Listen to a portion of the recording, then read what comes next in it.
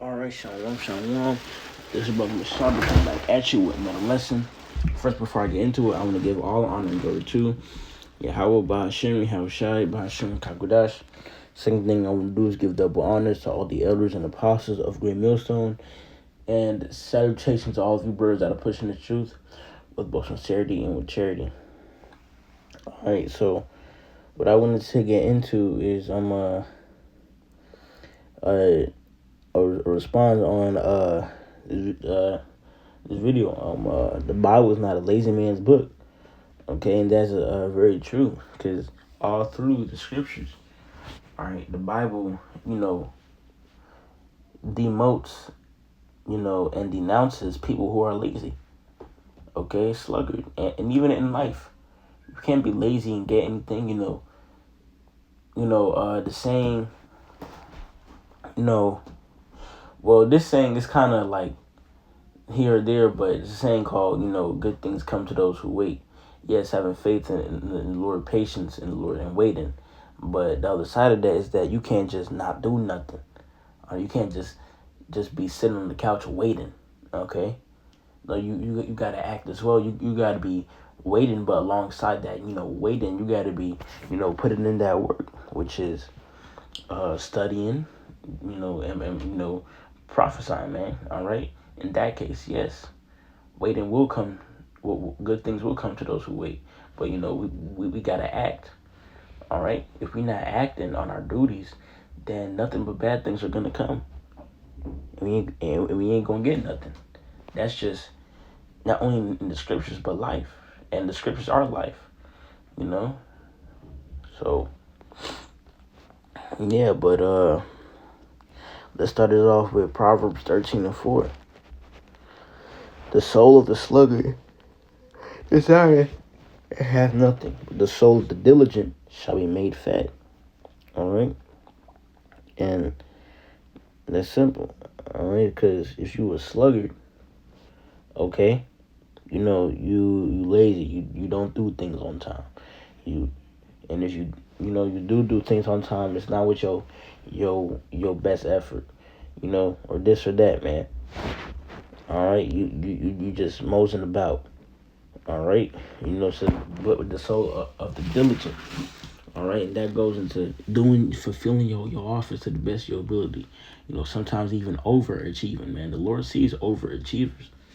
Right, if you go above and beyond for your call of duty, the Lord gonna see that. I agree with you, but at least just stay on top of your office. All right, it's another thing if you overachieving, okay, which we all should, push to do, going for me first and foremost, but just at least stay on top of your own office. All right. All right. This is Revelation 3:15. I know thy works, that thou art neither cold nor hot. I would thou wert cold or hot. So then, because thou art lukewarm and neither cold or nor hot, I will spew thee out of my mouth.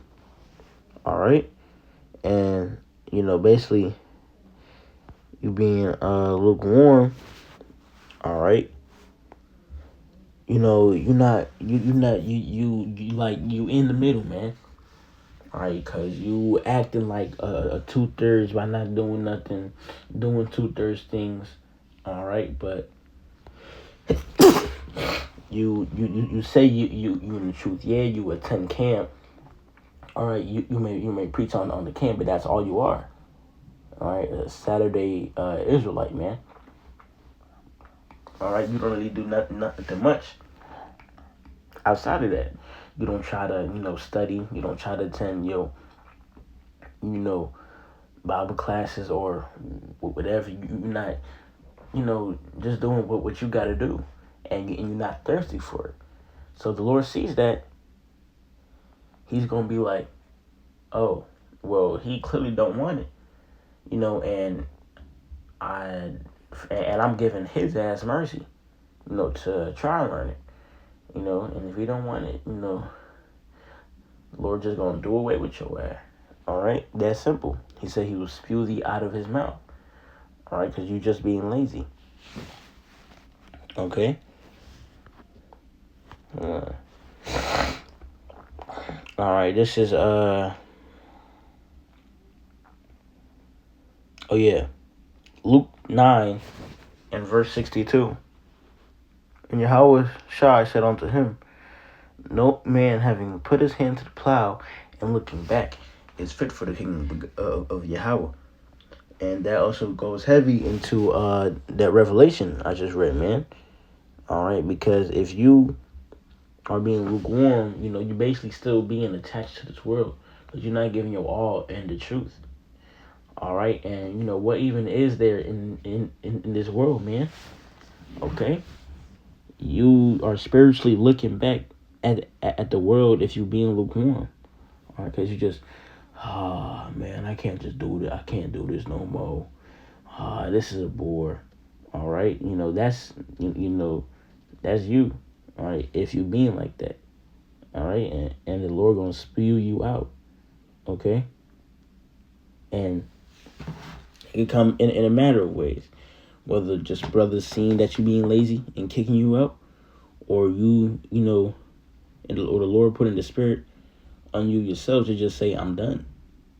Okay, but it can come in a manner of ways, and the end result of leaving, all right, or doing so, lazily to the point where you are kicked out, it's the same bad result. All right, it's gonna be you getting more stripes, of pain. These people are out here already gonna be dying, a death by pain. So imagine you. All right, well, you basically scoff the Lord. You basically mock the Lord, man, more than any of these other 2/3 ever have. If you doing stuff like that, to where you are kicked out or say I quit. All right, so that's what that is. Because He's giving us the chance. He's giving us mercy. All right. This is 1 Corinthians chapter 9. We'll start at verse 24. Know ye not that they which run in a race run all, but one receiveth the prize? So run that ye may obtain. Every man that striveth for the mastery is temperate in all things. Now they do it to obtain a corruptible crown, but we an incorruptible. I'm gonna pause right there. So yeah. All right, so just imagine all these, any athlete or anybody in any profession that is, very good at what they do. Imagine a LeBron James, a Stephen Curry, a Giannis, or a Patrick Mahomes, something like that, man. Or somebody who's just very good at their profession. How you think they got there? Yes, if you look at from that standpoint of athletes, yes, a lot of these players are so-called, genetically gifted, all right, and talented, but they also still had to put in a whole lot of work to get to where they at. Because there be people out here, tall as hell, can go to the NBA, or they can just naturally just be in any athlete field, but they don't want to be, and they don't got and they end up not having that skill. All right, I've seen it. People who are like 6'5", 6'6", suck at basketball. All right, because they don't want to do it for real. Just like in this truth. All right, and the talent that we got first and foremost is just the Lord, Yahweh Shai Shai, putting the understanding to understand this truth.